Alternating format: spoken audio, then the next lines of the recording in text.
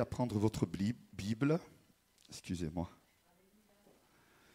Ce matin, je voudrais vous parler d'un thème qui me tient vraiment à cœur. Et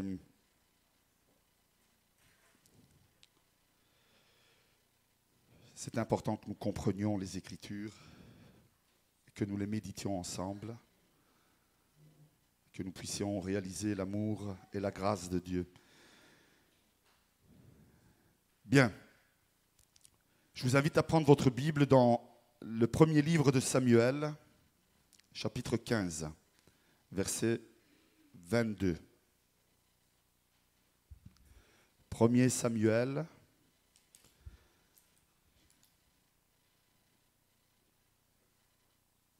chapitre 15, verset 22.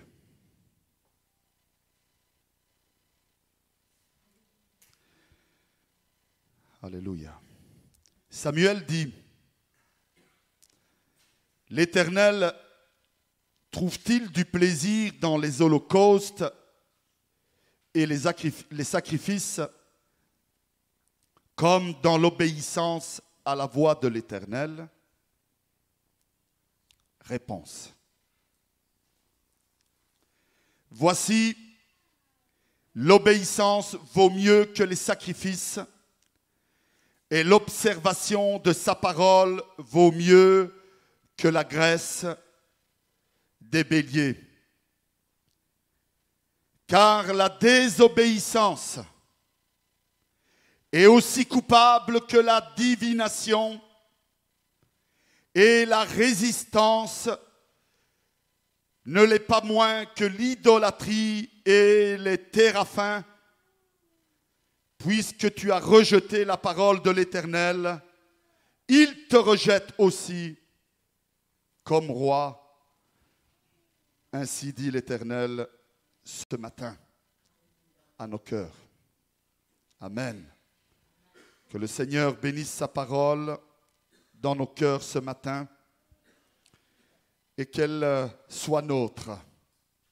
Je vous invite, frères et sœurs, à faire comme moi ce matin. Pendant que vous écouterez la parole, parce que moi j'ai dû l'écouter, j'ai dû la préparer avant de venir à l'église, et j'ai dû la faire mienne. J'ai dû comprendre que Dieu me parlait personnellement, et j'ai dû accepter cette parole pour mon cœur, et je désire ce matin que chacun de nous puissions faire identiquement la même chose, et ne pas se dire que ceci est pour tel frère et pour telle sœur, et oh, si seulement il était là ce matin, si seulement il pourrait entendre cette parole.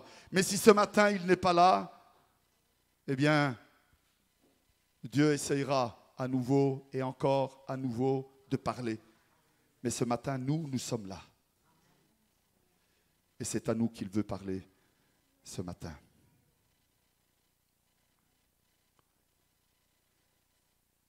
Dieu va parler au cœur de Samuel. On connaît l'histoire de ce jeune qui, dès son enfance, est mis à la disposition de Dieu. En tout cas, dès son enfance, il baigne. Il baigne dans la présence de Dieu. Il est continuellement dans la présence de Dieu, dans le temple.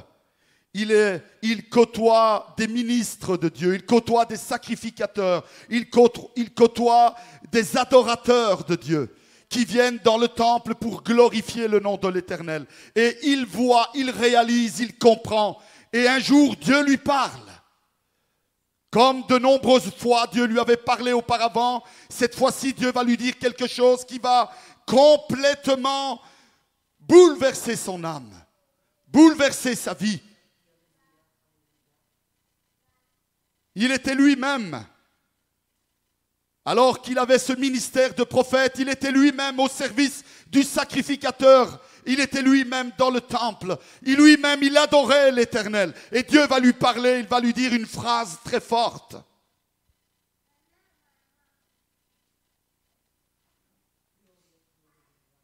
Et cette phrase est une question. Une question que des milliers d'années après, rebondit encore dans nos oreilles ce matin dans cette église. Cette question est celle-ci. L'Éternel trouve-t-il du plaisir dans les holocaustes et dans les sacrifices, comme dans l'obéissance à sa voix?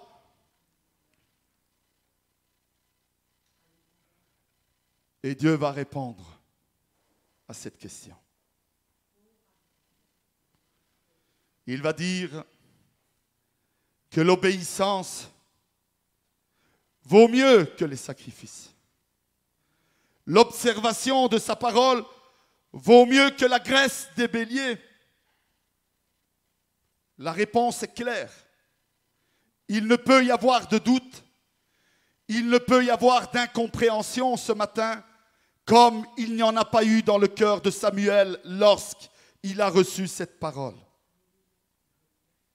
Frères et sœurs, quand le Seigneur nous demande d'écouter, nous demande d'obéir, parfois il nous demande aussi que nous ne comprenions pas nécessairement.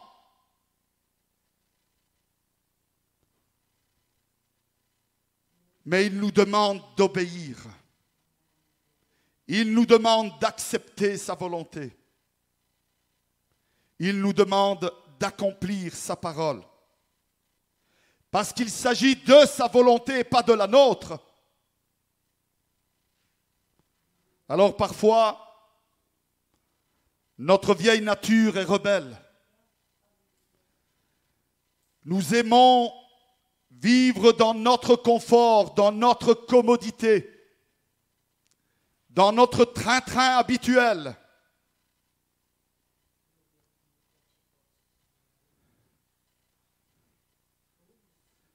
Dodo, boulot, église. Dodo, boulot, église.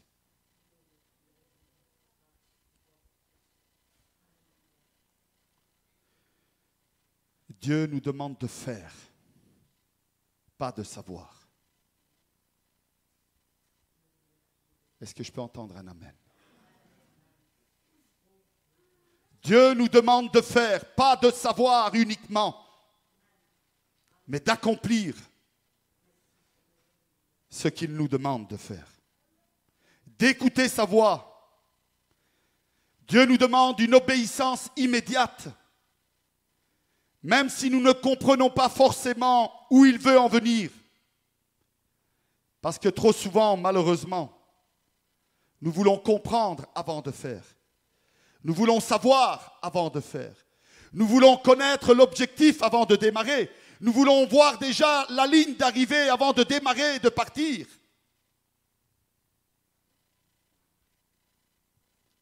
Mais Dieu nous demande ce matin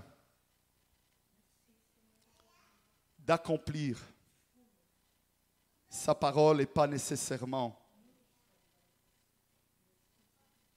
de comprendre le pourquoi ou le comment. Je voudrais vous raconter une histoire qui va nous permettre à chacun d'entre nous de mieux comprendre ce que le Seigneur veut nous dire ce matin. Un fait réel, ce n'est pas une histoire quelconque, c'est un fait réel. Les livres d'histoire nous racontent que le temps du Moyen-Âge a été pour l'humanité une des périodes les plus dures, les plus difficiles de tous les temps. Oh, certains se lamentent aujourd'hui.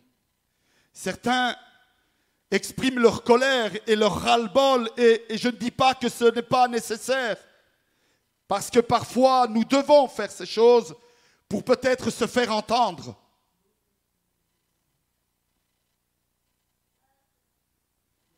Mais il y a une période de l'histoire de l'humanité qui a été une des périodes les plus noires, les plus tristes, les plus difficiles, les plus compliquées pour l'être humain. C'est les temps du Moyen-Âge. Il y avait l'esclavage. Combien de personnes, parce qu'ils n'avaient pas de quoi se nourrir, étaient vendus comme esclaves pour avoir au moins de quoi manger tous les jours. Ah, nous aujourd'hui, on est à la recherche du plus beau téléphone, de la plus belle tablette, du plus bel ordinateur, de la plus grande télévision. Mais il y a eu des temps que nous ne connaissons pas et que je prie Dieu que jamais nous connaîtrons dans notre vie. Il y a eu des temps où les hommes et les femmes, où les enfants, dès leur jeune âge, étaient vendus comme esclaves pour avoir un morceau de pain, pour pouvoir se nourrir dans la journée. C'était l'époque du Moyen-Âge. C'est une époque où il y a eu les croisades, où on a fait croire aux hommes qu'en libérant le tombeau du Christ, ils accomplissaient la plus grande chose qu'ils pouvaient faire sur terre. Et donc, en obéissant à ces choses, en faisant ces choses, en accomplissant ces œuvres-là, ils étaient obéissants à Dieu, ils étaient de vrais chrétiens. Ça a été le berceau de ce qu'aujourd'hui nous connaissons dans notre génération, la guerre des religions. Nous devons accepter ces choses. Nous devons reconnaître aussi nos erreurs du passé. Les chrétiens, parce qu'ils croyaient accomplir l'œuvre de Dieu, ont fait des choses qu'il n'est même pas juste de nommer dans une église, dans la présence de Dieu.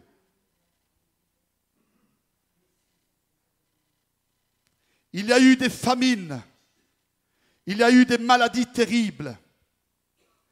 Et au milieu de ce chaos qu'il y avait dans le Moyen-Âge, il y a eu 2 maladies qui ont dévasté l'Europe entière. Ils ont porté plus de 60 millions d'êtres humains à la mort en quelques années. Et ces 2 maladies étaient la peste et la lèpre. La médecine n'était pas développée comme aujourd'hui. Personne ne pouvait expliquer l'origine de ces maladies, ni comment soigner ces maladies, ni comment enrayer ou arrêter ces maladies. Alors il y a eu la plus pire des spéculations qu'il n'y a jamais eu dans toutes les époques et dans toutes les générations. Certains croyaient que la peste et la lèpre étaient causées par une nourriture trop piquante. Vous vous imaginez? C'est le livre d'histoire qui raconte cela.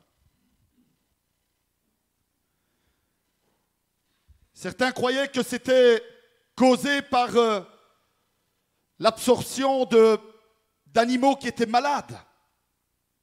Et donc il y a eu éradication ou mise à mort de tous les animaux. Et ça a provoqué encore plus de famine. Et donc encore plus de maladies, de souffrances.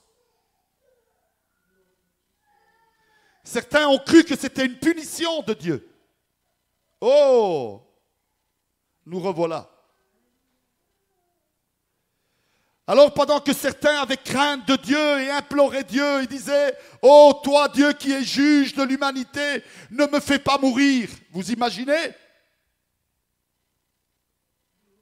Vous imaginez les personnes qui étaient là et qui entendaient ces chrétiens parler de leur Dieu comme un Dieu sanguinaire, comme un Dieu qui met à mort les êtres humains parce qu'ils sont désobéissants. Vous imaginez cela? Moi, je ne pourrais pas croire à un Dieu pareil. Je n'aurais jamais donné mon cœur à un Dieu pareil. Je n'aurais jamais écouté un Dieu pareil. Et pourtant, les hommes, dans leur ignorance, parce que la maladie était là, ils ne savaient pas comment l'enrayer, comment faire pour mettre un terme à cette maladie. Alors, qu'est-ce qu'ils ont dit? C'est peut-être Dieu qui nous punit. Oh, combien de fois j'ai entendu des chrétiens se poser la même question ou me la poser. Est-ce que tu crois que Dieu est en train de me punir?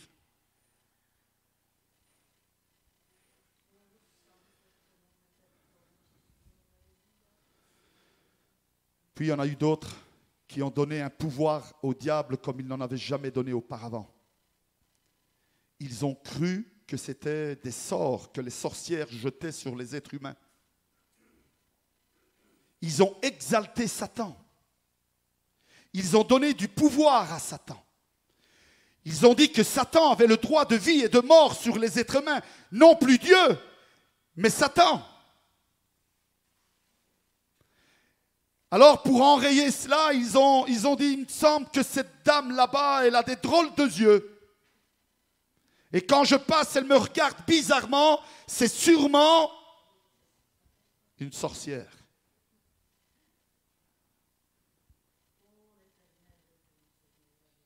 Vous savez, aujourd'hui, quand j'en vois certains, comment ils se maquillent, je me suis dit s'ils vivaient au Moyen-Âge. Brûlés sur le champ. Je blague là. Mais enfin, je l'ai quand même dit. Je me sens mieux.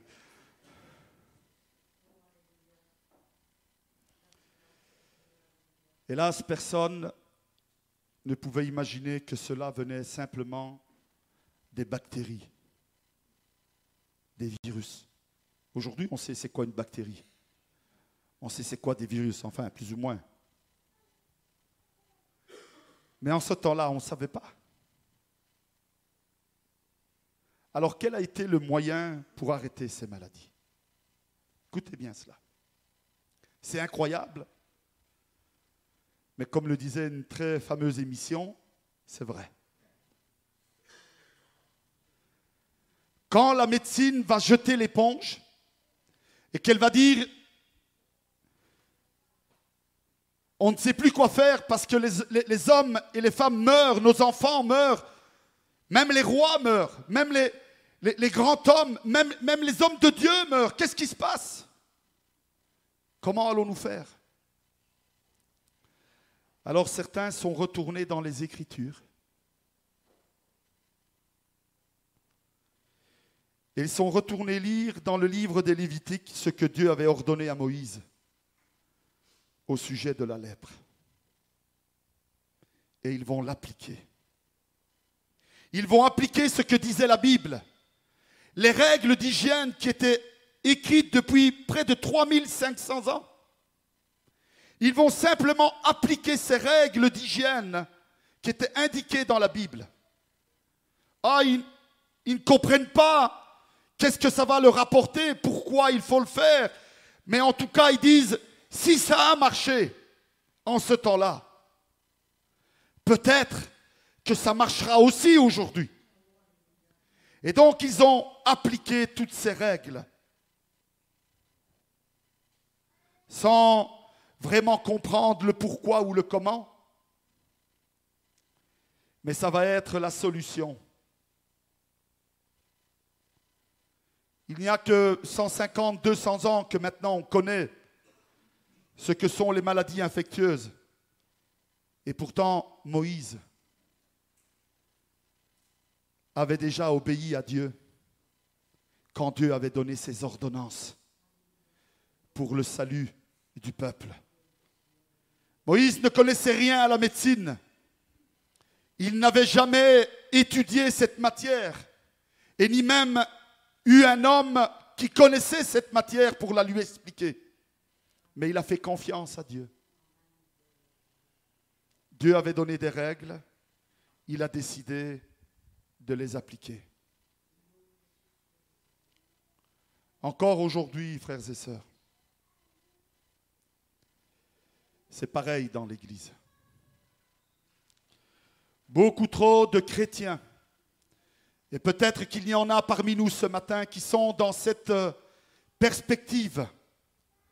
Beaucoup trop de chrétiens remettent en question les messages et les prophéties qui nous sont donnés dans la parole de Dieu et que nous pouvons entendre encore pendant nos réunions quand Dieu parle.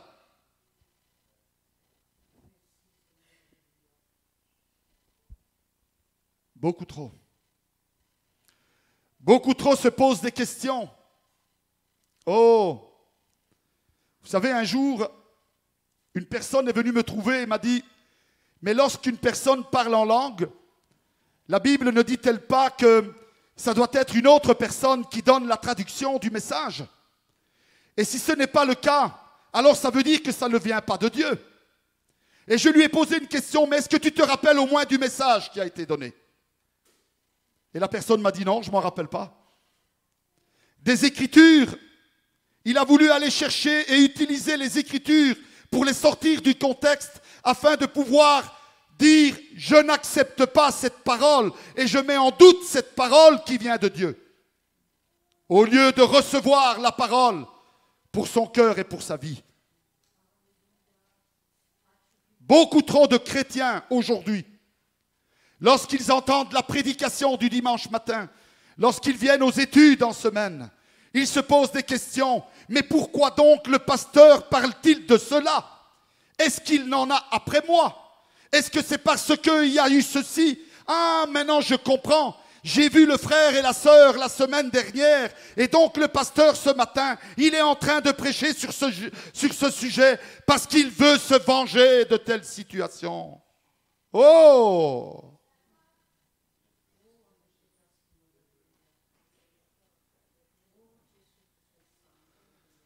Beaucoup trop de chrétiens remettent en question parce qu'ils entendent un prédicateur et ils se disent « Mais cet homme a-t-il reçu de la part de Dieu l'onction?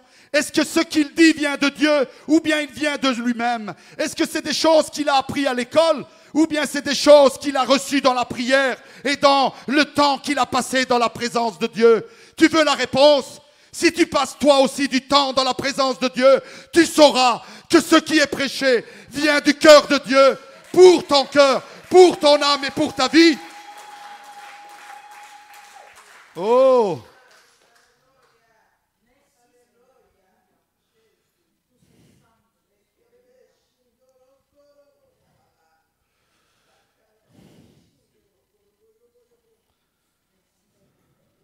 Malheureusement, nous sommes trop souvent en train de regarder autour de nous au lieu de fixer notre regard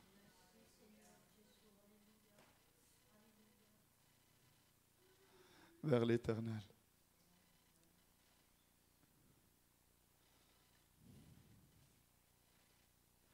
Alors oui, on est chrétien.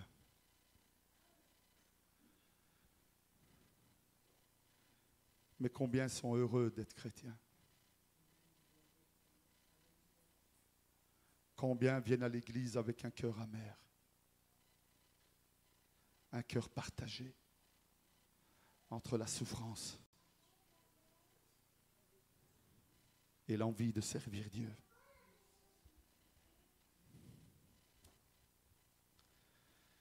Pendant des années, j'ai été comme ça. Et de temps en temps, le diable voudrait pouvoir me faire retourner dans mes vieilles habitudes. Mais j'ai appris une chose. Mieux vaut obéir sans comprendre que de ne pas obéir et rester dans sa souffrance.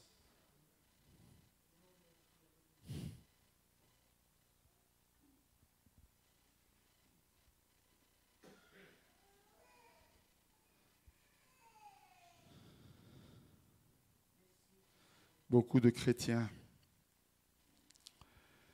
se laissent emporter par le raisonnement.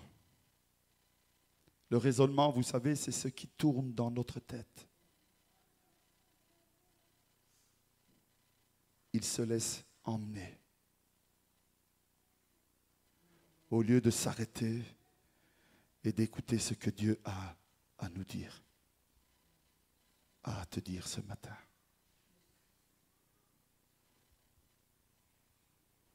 Alors ils végètent. On utilise ce terme pour les plantes. On dit que les plantes, c'est des végétales. Végétaux. Ouais. Ils sont végétales, c'est des végétaux.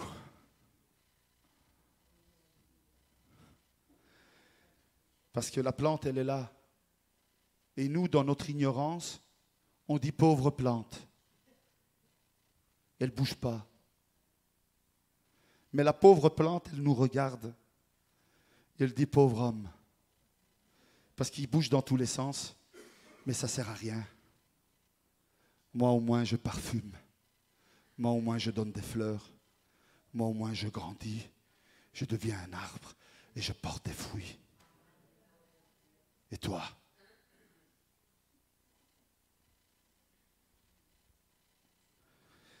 Vous savez, certains, toute la semaine, ils attendent qu'on leur donne un coup de fil pour savoir comment ils vont.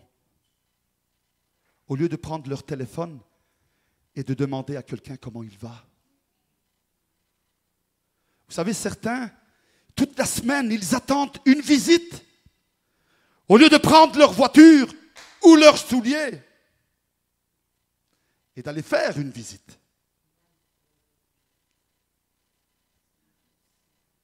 Ils sont bien en pantoufles à la maison. Qu'est-ce qu'il y a ce soir à la télé? Et tu sais, j'ai 450 chaînes. Hein. Regarde la parabole que je me suis vue il y a eu un temps. Heureusement, maintenant, c'est plus comme ça. Mais avant, il y en avait certains, ils avaient des paraboles aussi grandes que leur façade.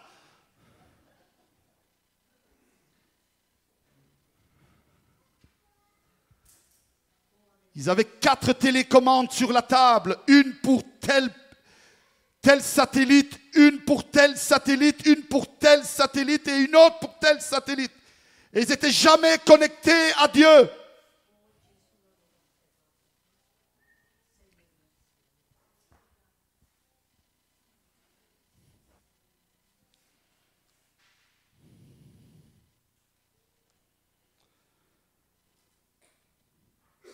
Toutes ces choses, ces raisonnements, ces manières de vivre sont devenus des liens.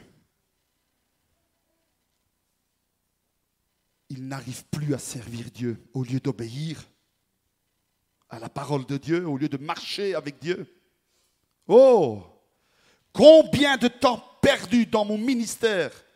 Et ce n'est pas une lamentation que je fais ce matin, c'est une constatation. Combien de temps perdu pour aller visiter des couples, des familles qui se disputent, qui créent des problèmes, qui créent des situations incroyables, au lieu de s'humilier aux pieds de l'Éternel et reconnaître leur arrogance, reconnaître leur orgueil, reconnaître qu'ils ont besoin de changer dans leur caractère, reconnaître qu'ils doivent demander pardon, reconnaître que tout doit changer dans leur vie.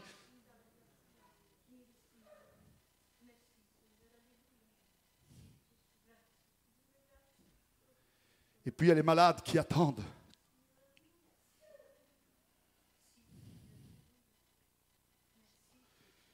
Il y a des domaines, frères et sœurs, où nous devons obéir à Dieu et ne pas nous poser de questions. Où nous devons servir Dieu, mettre en pratique les Écritures. Et alors, oui, nous serons bénis de l'Éternel parce que nous avons mis en pratique la parole de Dieu. Ce matin, je prendrai encore quelques minutes, si vous me le permettez. 3 domaines bien précis de notre vie. Le premier des domaines, ce sont nos finances. Combien ne font pas confiance à Dieu dans leurs finances? La Bible est claire au sujet des offrandes et des dîmes. Mais beaucoup de chrétiens ne veulent pas entendre cette parole et disent « Cette parole était pour un autre temps. Cette parole était pour une autre époque. Aujourd'hui, j'ai trop de besoins. Je paye déjà mes taxes. » Un jour, il y a une personne qui m'a dit ça. Je paye déjà mes taxes. Je dois encore donner une offrande à l'église.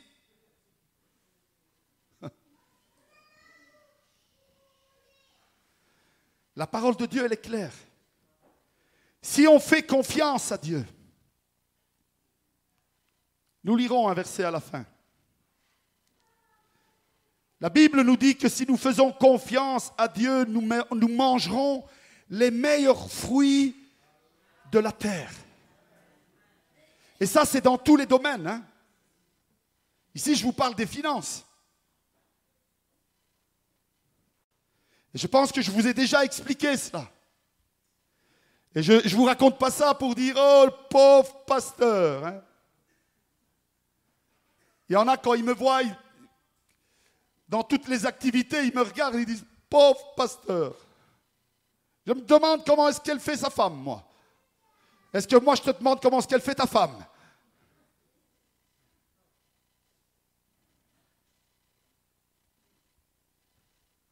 Je me demande comment est-ce qu'ils font ses enfants. Est-ce qu'ils sont heureux avec un tel papa?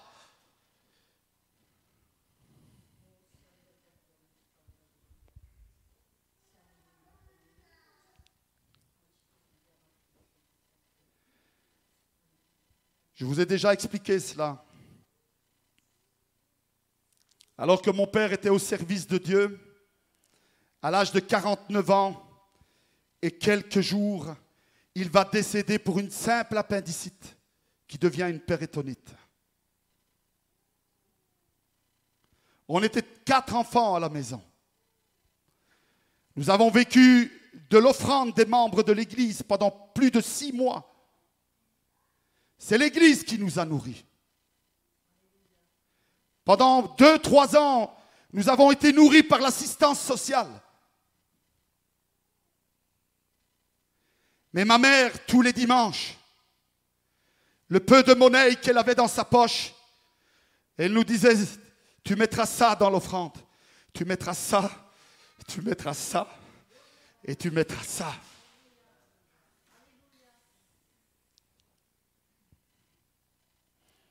Parce que ce qui appartient à Dieu est à Dieu.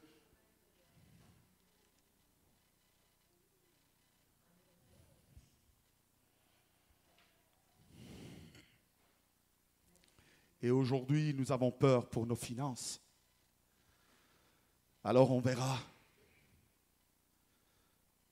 On verra plus tard. On y pensera. Mais on est tous dans des belles maisons. On a tous un thermostat ou quelque chose à mettre dans le poêle pour chauffer la maison. On a tous quelque chose dans le frigo. Mais Dieu attendra. Il y en a, ils préfèrent jouer avec leur argent. L'argent que Dieu nous a confié, vous savez. Ils préfèrent jouer au loto, au tiercé. Ils vont parier sur la Juventus. Ah, maintenant, avec Ronaldo, ils vont gagner. Je vais parier. Je vais gagner un peu d'argent. Au lieu de demander à Dieu de le faire fructifier, cet argent.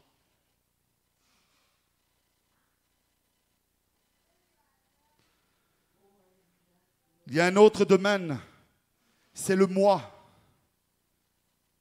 le je ou le moi-je. Ah, c'est un domaine terrible, vous savez. On aime dominer les autres.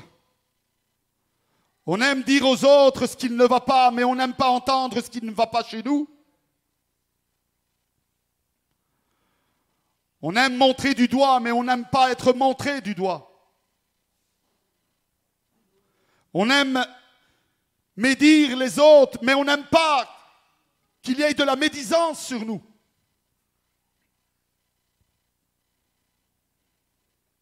La Bible nous dit que nous devons honorer. Et en premier, nous devons honorer nos parents. Nous devons honorer nos frères et sœurs. La Bible nous dit que par amour de paix, nous devons parfois accepter des torts que nous n'avons pas. Oh! Une fois, ok. 2 fois, passe encore. 3 fois, c'est le maxi. Hein. Après,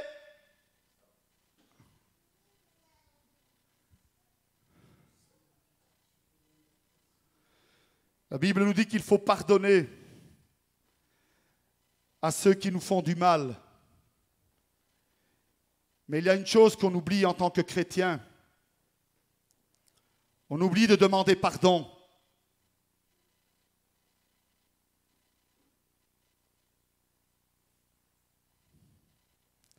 Mais on voudrait que les autres nous demandent pardon.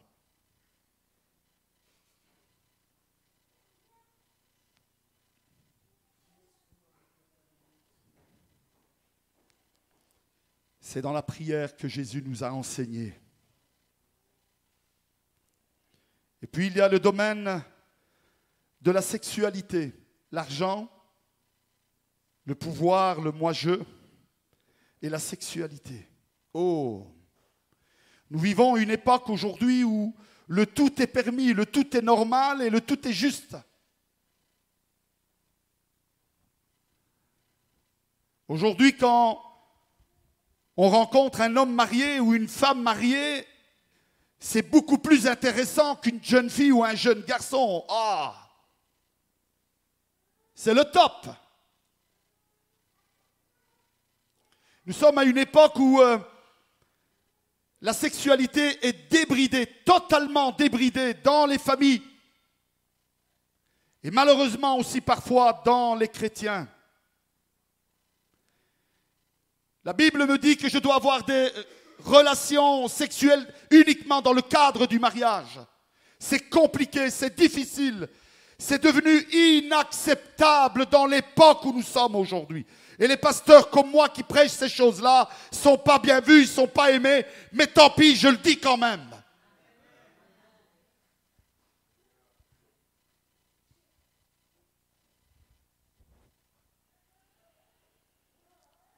Aujourd'hui, il y a l'adultère, il y a l'harcèlement. Vous savez, il y a des chrétiens que lorsqu'ils voient un jeune homme ou une jeune fille, ne peuvent pas s'empêcher, avec leur regard ou avec des paroles ou avec des gestes, de montrer ce qu'ils pensent.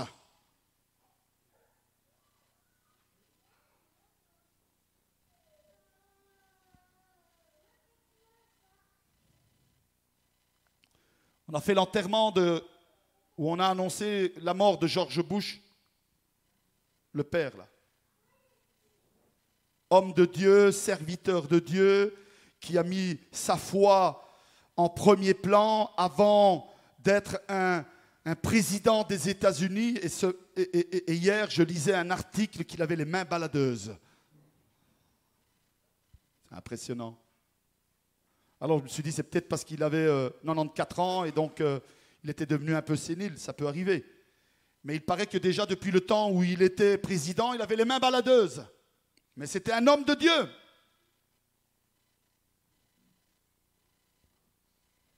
Oh là là, qu'est-ce que tu as ce matin, pasteur? T'en as après les chrétiens ou quoi?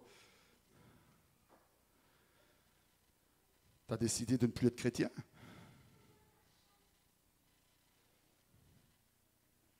Beaucoup de chrétiens vivent des situations d'adultère à la manière des païens. Vivent une vie de couple désordonnée. Il n'y a pas de soumission réciproque. Et là encore, certains sortent des passages des Écritures et disent « la femme doit être soumise ». Et d'autres disent « les maris doivent t'aimer ». Eh oui, mais moi je ne t'aime pas. Mais toi tu dois m'aimer.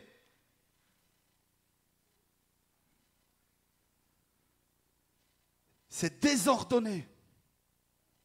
C'est une souffrance. Ça ne donne pas envie d'être chrétien, vous savez. Quand nos voisins, nos collègues de travail nous entendent raconter les problèmes qu'on a à la maison avec notre femme, ou avec notre mari, ou avec notre église, ou avec notre pasteur, ou avec le frère et la sœur en Christ, ils n'ont pas du tout envie de venir à l'église, vous savez.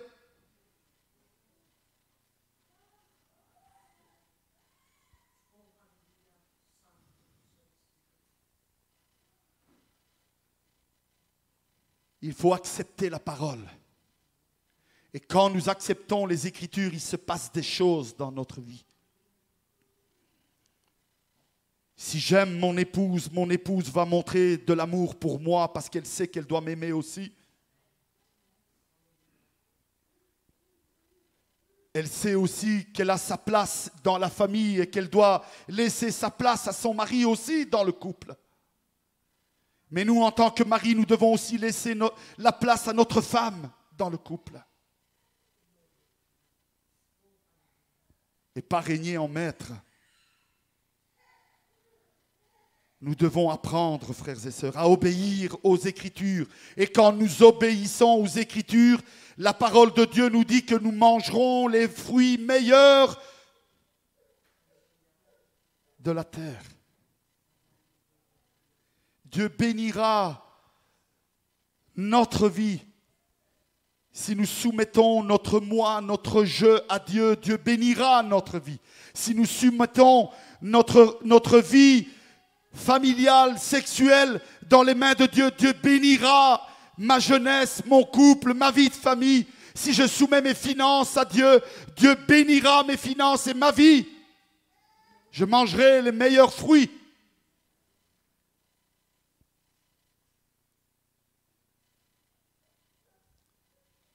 Trop de couples vivent dans le désordre, trop de couples divorcent aujourd'hui.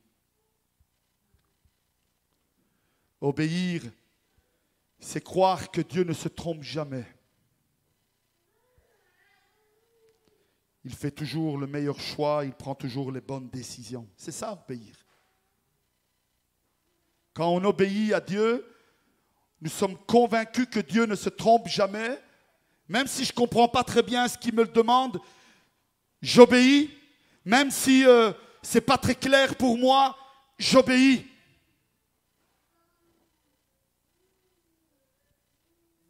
Et je vais terminer maintenant.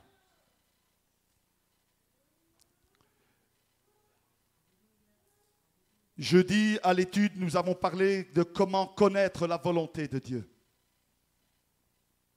Et je vous invite à venir à la réunion de prière, à la réunion d'études, pour recevoir la parole de Dieu. Comment connaître la volonté de Dieu? Je ne vais pas reprendre l'étude de jeudi, mais j'aimerais simplement vous dire ce que j'ai raconté concernant mon témoignage par rapport à connaître la volonté de Dieu. J'étais bien tranquille dans mon église. Je me sentais approuvé de Dieu et je sentais que ce que je faisais avait un sens.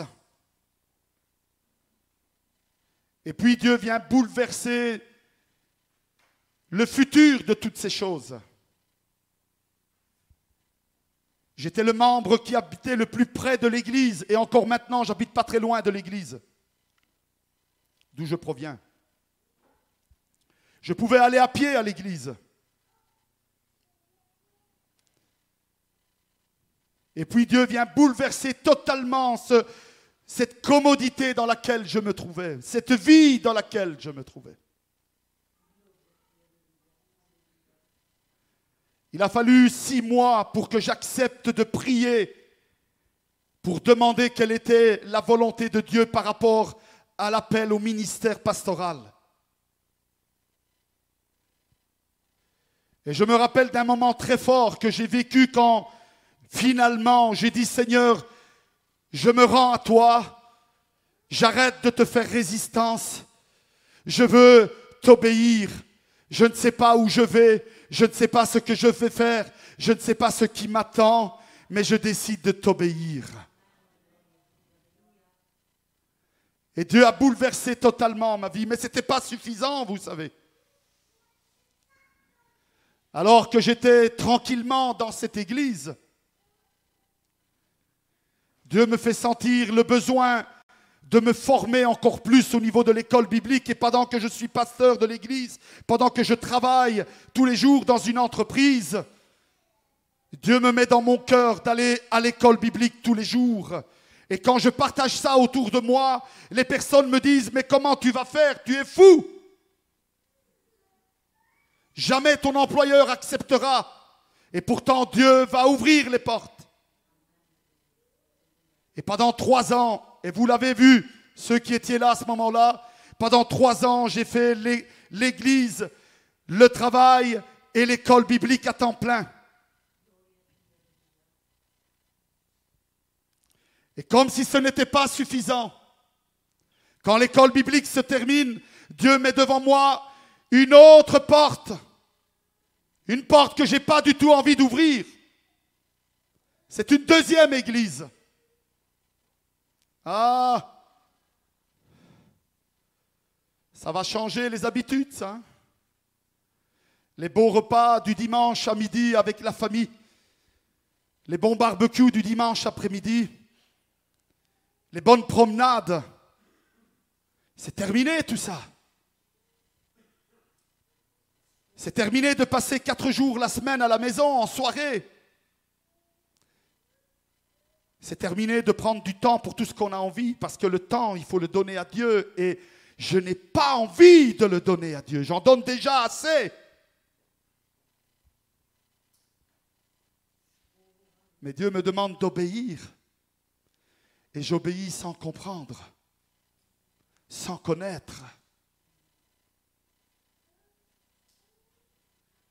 Et comme si ce n'était pas suffisant, il y a 3 ans, Dieu m'appelle à rentrer dans les responsables de l'œuvre. Oh, mais tu es bien orgueilleux, pasteur, ce matin. Ah non, je ne suis pas du tout orgueilleux. J'aimerais vous dire qu'il est temps que vous vous mettiez à bouger aussi. Comme moi-même, je bouge tous les jours.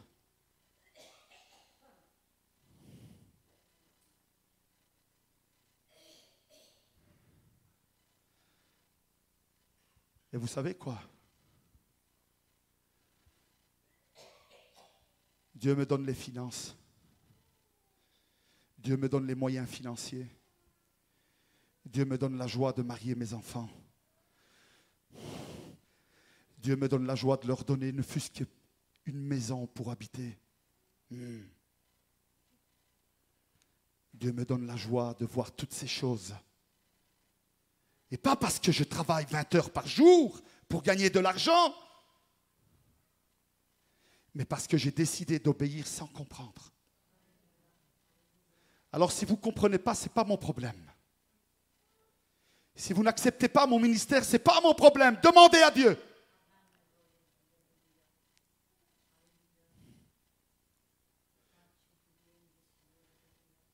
Mais moi, il y a une chose que j'aimerais vous dire ce matin. Il est temps d'obéir. Même si vous ne comprenez pas. Il est temps de mettre en pratique. C'est trop dur le jeudi, j'ai les enfants, j'ai sommeil, je suis fatigué, j'ai du travail, j'ai la maison, j'ai les travaux, j'ai ci, j'ai là. Et quoi? Et quoi? Et quoi? Il faut se bouger. Ah oui, on prie pour le salut des âmes. Hein? On prie pour la paix dans notre couple. On prie pour que nos finances aillent mieux. Il faut obéir.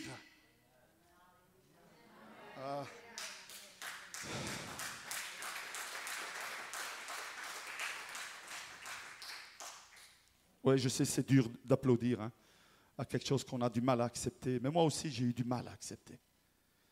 Moi aussi, j'ai eu du mal à obéir. Le prix est cher.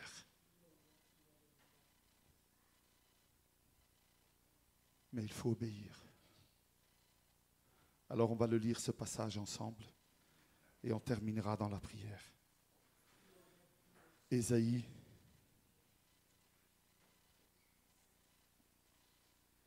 chapitre 1.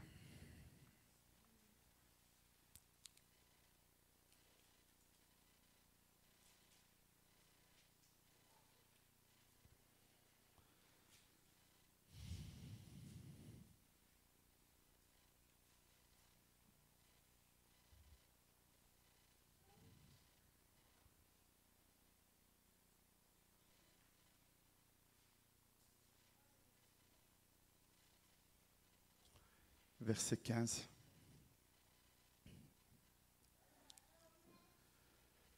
Quand vous étendez vos mains, je détourne de vous mes yeux. Quand vous multipliez les prières, je n'écoute pas. Pourquoi? Parce que vos mains sont pleines de sang. Lavez-vous, purifiez-vous. Ôtez de devant mes yeux la méchanceté de vos actions. Cessez de faire le mal. Apprenez à faire le bien. Recherchez la justice. Protégez l'opprimé. Faites droit à l'orphelin. Défendez la veuve. Venez, dit l'Éternel. Plaidons. Et si vos péchés sont comme le cramoisi, ils deviendront blancs comme la neige. S'ils sont rouges comme le pourpre, ils deviendront comme la laine. Si vous avez de la bonne volonté, et si vous êtes docile, si vous obéissez, vous mangerez les meilleures productions du pays. Mais si vous résistez, si vous êtes rebelle, vous serez dévorés par le glaive, car la bouche de l'Éternel a parlé. Inclinons nos têtes, frères et sœurs.